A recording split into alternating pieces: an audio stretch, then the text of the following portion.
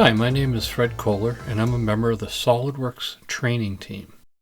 This video presents a design project using xDesign to model your own personalized name tag and 3D print it. Let's get started.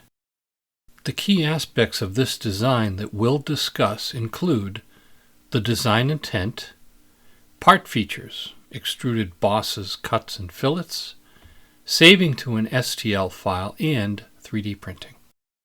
The name tag is a simple yet useful design of a common everyday object. It is designed to be used with an attached split ring so it can be connected to a backpack or used to hold keys. This means that the tab portion of the model, where the ring attaches, must be the right size and strong enough to avoid breaking off. We'll also create a cut that is half the thickness of the tag, text as a boss, and add support with fillets on the outside edges. Features often work in pairs, commonly starting with a 2D sketch that is used to create 3D geometry. There are several of these pairs in this model. I'll click on each feature and describe the design approach. The first, or base feature, is a sketch with a rectangle and some dimensions. From the sketch, a boss is extruded a blind distance into a solid. The second feature is a cut. The sketch is created by offsetting edges and another blind extrusion that removes geometry, but only halfway through the first boss feature. Now we'll need a tab for the split ring, so I'll attach a circle in the corner and extrude up to the face so that no depth value is needed. That tab will need a hole, so I'll use a circle and cut all the way through. Again, no depth value is needed. I'll use some AI assistance to find similar edges and add fillets. This will also help with the support of the ring attachment point.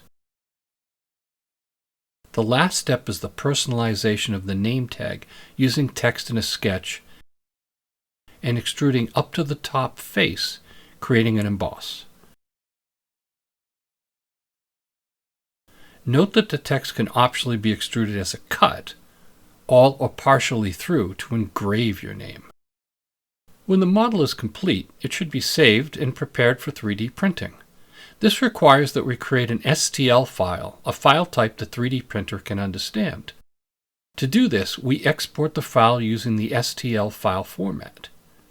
Once we save the file in an accessible place, we're ready to move to the printing stage. Using your slicer software, orient the model with the text pointing up. This should be the default orientation. The slicer software may allow you to rotate as well and print several name tag STL files at once. This project serves as a great introduction to design and basic modeling concepts like sketches, cut and emboss features, and fillets.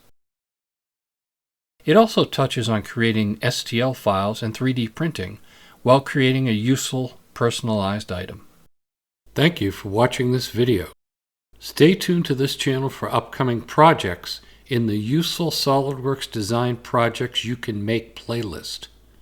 And if you found this content helpful, visit the site below to access more content for designing with SOLIDWORKS.